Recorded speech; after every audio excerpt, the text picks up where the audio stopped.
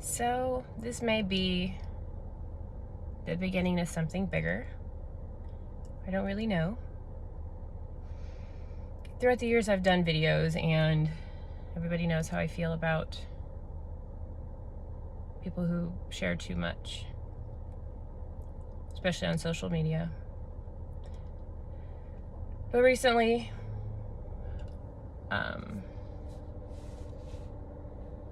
I started more openly processing something that happened to me a little over a year ago. And I guess I just want to share. So I personally come from a very unhealthily enmeshed family. As a therapist, I've noticed typically my generation and generations after me are raised within families that are very enmeshed.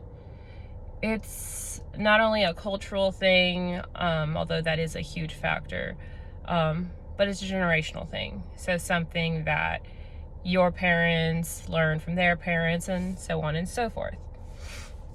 So I'm used to it. That might not be the right thing to say, and things that I say are my opinion. So take it or leave it. Doesn't really matter. But I really want to start talking more about things that I've dealt with throughout my life. And as a therapist now, not saying that therapists do not have mental health issues. In fact, 30% of anybody in the psych field has thought or attempted suicide at some point. I mean, the suicide rate for my profession is just bizarre. But we deal with a lot, so it makes sense. Everybody always pouring their problems, and that's okay. I don't say problem as in I would ever want any other profession. I honestly believe that the Lord created me to help others. Whether or not I do that, I hope I do. That's my intention. My whole life, that's all I've ever been, is just the counselor. And so now to get paid as it kind of just makes sense. Anyway, so why am I opening up? Because I don't open up often. And like I said, I don't like to. But I think this is a really good opportunity that I didn't want to let pass. So forgive me if this is very impromptu, does not flow, has no theme, there's not cool graphics or noises. This just is. This is just the nitty-gritty of life. Because sometimes life is just that. It's just fucking disgusting. Does it suck? Yeah, it really fucking sucks. It really sucks when you realize the evil in the world. And if you're someone like me who tries so hard to see the good in everything, but now that I'm older, now that I'm wiser, now that I'm an actual trained therapist, I know better. As a therapist, we have to go through therapy our entire years in grad school to make sure that we process our traumas, to make sure that we are aware of our triggers, because we will deal with a lot of clients. I love my clients. I love every single one of them. They are a treasure, and I feel blessed to be able to be a part of their lives and give them hope and sometimes peace with what they're going through, what they're struggling with. And I think that's where I come to you today. I come as support. I've always, correction, don't say always, because it's a all or nothing term. I'm learning. I oftentimes am there for other people. I am not perfect. The younger you go in how old I was, the dumber I did things. I'll admit that. I'm human. We all are. No one's perfect, except for God. So when I say what I'm going to say, I have no ill intent. I never do. I don't think I actually have that bone in my body. But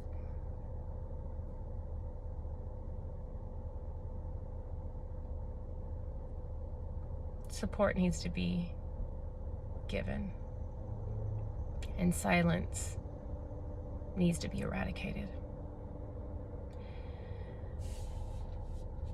I was raped by somebody a little over a year ago. As a now 36-year-old woman, the moment that happened, I felt like I was 16 again and getting raped.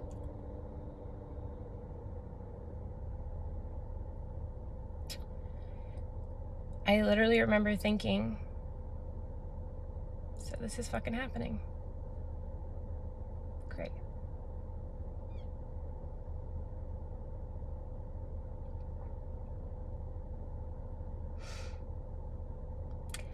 I kept it in. A lot of people have asked, why'd you keep it in? Why? All these opportunities. You're you. How could you not say something? You know, it's a really good fucking question. All I know is that it never came out. Did I want to? Oh yeah. Oh my God. So much. Every fucking moment of my life.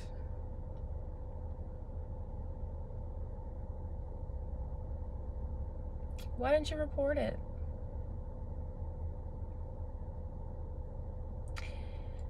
If you knew the situation, you would know that the only reason I didn't in the beginning was a lot of clarification issues. You know, am I crazy? Is it my fault? Maybe that 16-year-old script, the one person I ran to when I was 16 years old that told me you wanted it, was playing in my head. The second rape. Maybe. Maybe there's not a fucking script for when you're raped.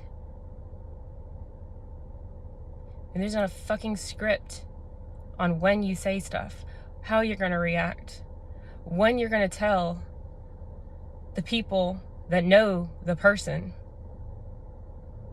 when you're going to tell what somebody else did, knowing that that person's selfishness is going to domino effect and ruin people that you care about's lives.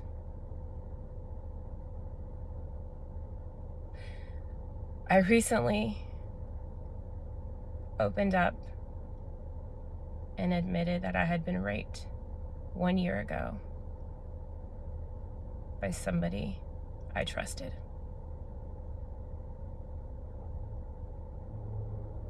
And I have gotten so little support. I have been told some of the most bizarre, illogical things. I've cried till I was so dehydrated, I think my blood was jelly. I've screamed in frustration and anger towards the person till I had no voice.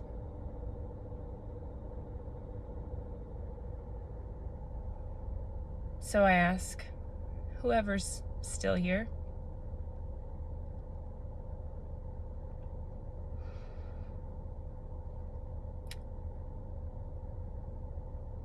if you're ever confronted with a loved one who tells you they've been raped, keep your personal biases and thoughts to yourself. Because you don't know what really happens unless you were there. I am so sick and tired of being the bigger person. I am so sick and tired of putting everybody else's emotions and needs before my own. As a partner, a mother, a friend, a sibling, you're expected to do certain amounts. I get it, and I do so willingly. But honey, I'm on empty. I can't pour no more to anybody else when they don't deserve it. When are my feelings going to be considered? Yeah, I'm that shitty thing they call a victim. And I'll be a survivor, because that's what I fucking am. But I'm not being quiet. I'm not standing down. And I'm not going to pretend that this didn't happen. Because it did. And for anybody who has ever been called a liar, been told to be quiet, be told to not tell,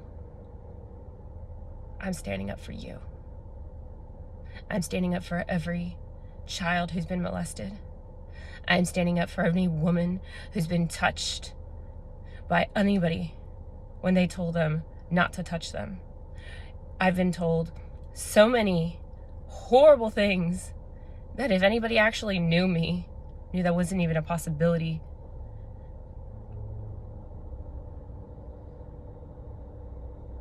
I'm standing up for you. Yeah, you. I'm standing up for you. The one who cries at night because everybody thinks you're a whore. Nobody believes your story. I'm standing up for you, the person who grew up in a family that just pushes everything under the rug. I'm standing up for you, the one who still has to see the person who took something from you. I'm standing up for you, the person who told people and nobody stood up for them. Nobody believed them. Nobody did anything to show them they believed them. Nobody talked to them. Nobody called out to them. Nobody ran up to them. Nobody called them, texted them, sent them a video, sent them a photo of support. I'm standing up for you. And I'm not going to be quiet. Because you know the shitty part about rape is the majority of them, the overwhelming majority of them, 91%, are from people you are close to. People you trust. But because somebody is so traumatized that they don't know what to do, how to do it, because somebody just shit in their hand and ruined their entire life and others. I'm sorry, I could be a therapist. I could be a fucking saint. There's no rule book for this shit. This is life. This is real. In reality, you don't know what the fuck you're doing when you're raped. You don't know what the fuck is happening when you're raped. You don't wake up and go, oh, this is happening, cool. You're waking up going, what the fuck is happening? And guess what? Those of us who've been raped before, you know what the fuck we do when we're raped again? We freeze. It's a natural reaction, and does it fucking suck? You fucking better believe it. You freeze, you check out, you go anywhere else to get out of your body because right now your body is slowly dying for somebody else's fucking pleasure.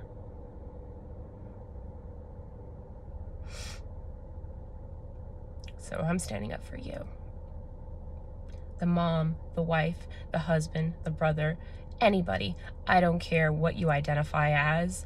I don't care if people believed you, didn't believe you, you doubt yourself, you have questions. I don't care, but I stand up for you and I'm not standing down and I'm not gonna be quiet because I was quiet for too long because I cared about somebody else's well-being over my own. And now as I stand here falling apart,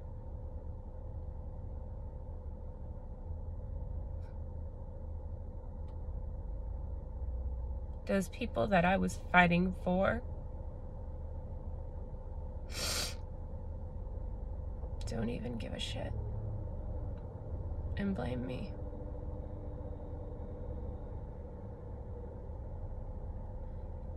Because I guess that's what you think of when you think of me.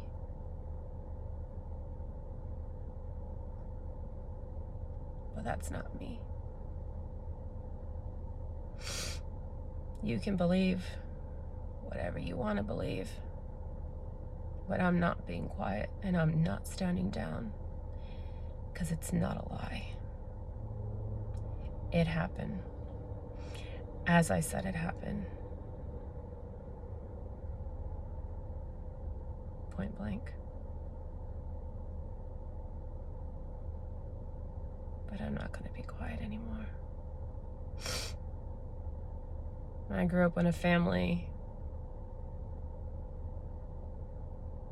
that has some of the most evil people in it.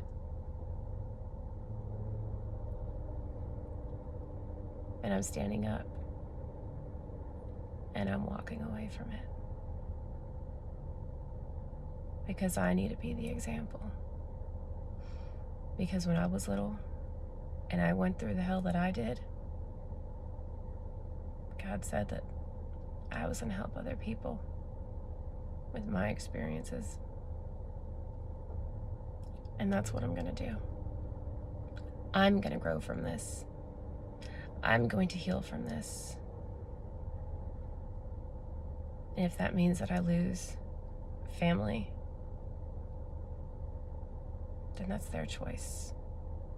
And that's their loss. So stand up. Don't be silent. Break those curses. Just because you grew up with something, just because it's difficult, just because it's hard to do, doesn't mean it's not the right thing to do. Oftentimes, the right thing is not always the easiest thing to do. Why the fuck do you think it takes so long for rape victims to come forward? If it was easy, we wouldn't have so many people dealing with it in silence. I wouldn't be a therapist who sees clients who were raped 10, 20, 30, 40 years ago, still processing it alone. Because much like myself, their integrity was never looked at. It's simply the stigma of, oh, you must have wanted it. Well, fuck you. Whoever thought people want rape. Stand up. Don't be silent. Break those curses. You are amazing. You are powerful, and you are not your experiences. You will overcome them. And as long as you have faith in God, things will be all right. Don't apologize for what happened. You're an amazing person. You didn't deserve what happened to you. Nobody does. I'm so sorry it happened to you. I know your life will never be the same again. But you can grow from this. You can come back from this and be an even better person, an even stronger person, because you can do this. You can survive. You are resilient. You are strong. And you are not just a vessel for somebody to have their pleasures in. You are more than a body. You're more than sex.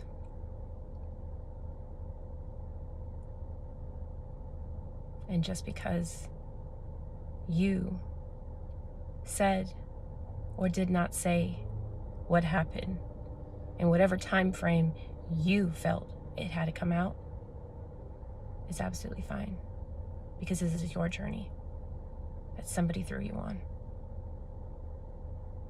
So who gives a fuck what anybody else has to say? You do you. You heal your way. You keep all the best people around you. And you cut off all the naysayers, because you don't need that. Nobody does. You don't need somebody who's not going to pick a side either. Because by not picking a side, they're actually picking a side. And they can try to fluff it and change things around and word it so it sounds all, oh, I'm holier than thou, and, I am, being neutral because I love both parties. Then hold the other party accountable and show the other party love. Because I'll tell you one thing, if I ever hurt somebody the way that that person hurt me, I'd want you to turn me in. I'd want you to do whatever it is that you would do for any other person you loved. Because what happened was not okay.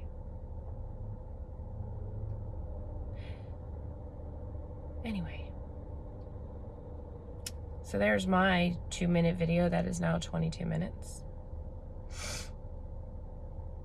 Don't really know how it went, if it flowed well. Don't even know if it'll upload. Don't really know where I'm going to go from this, or if I'm going to post this. Imagine if you're reading or hearing this, it means I did. But my point still stands. Stay strong. Dig deep. I'm a therapist who was raped. It took me a year to tell my loved ones what happened. After a year of struggling with this alone. All by myself. Now it's known. And I will not be silent. I'm breaking curses here, bitches. Which side are you on? Bye.